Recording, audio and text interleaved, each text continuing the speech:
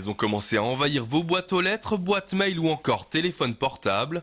Elles prêtent souvent à rire. Tiens, une citation de François Hollande. Sont originales. Oh, un paysage alsacien. Ou alors carrément ridicule. Oui, ce sont les cartes de vœux.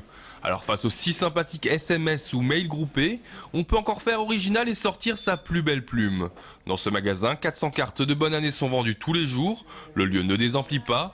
Pour Luc le gérant, les vœux numériques si impersonnels offriraient même un coup de pouce à son commerce. Nous, on n'a jamais vendu autant de cartes qu'en ce moment, parce qu'on a vraiment envie de recevoir quelque chose de personnalisé. Ce mail qui a été envoyé à je ne sais combien de personnes, qui est le même, qui va représenter la même chose. La carte, on va choisir une carte en particulier. Et aujourd'hui, nous vendons beaucoup de cartes. Et les clients viennent chez nous justement pour chercher cette originalité-là.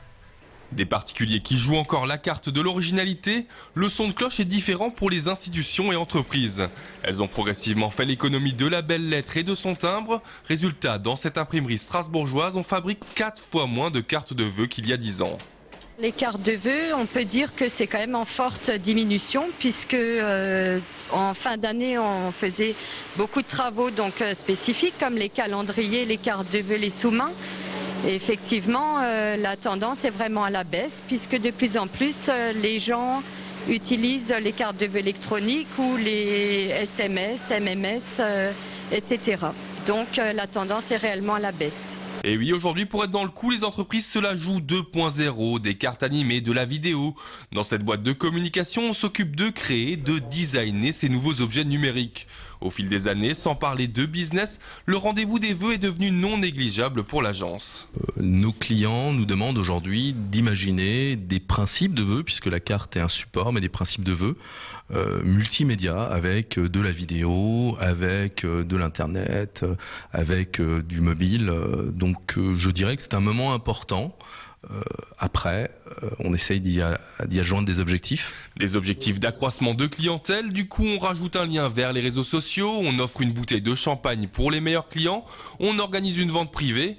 En somme, les vœux, c'est très souvent un brin calculé.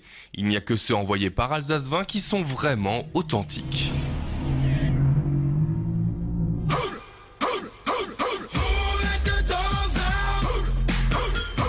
C'est un peu court.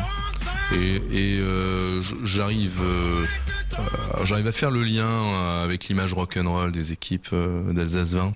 Après, l'histoire du chenil, des chiens enfermés, ça veut dire quoi? Ça veut dire on a lâché les chiens, ça veut dire, vous voyez, on a, quand on veut, on peut, ça veut dire qu'il faut qu'on bondisse ensemble. Bondissant, rock'n'roll, tiens, j'ai déjà vu ça dans mon courrier. Ah oui, Daniel. J'en profite, bonne année à toi et à tous les autres.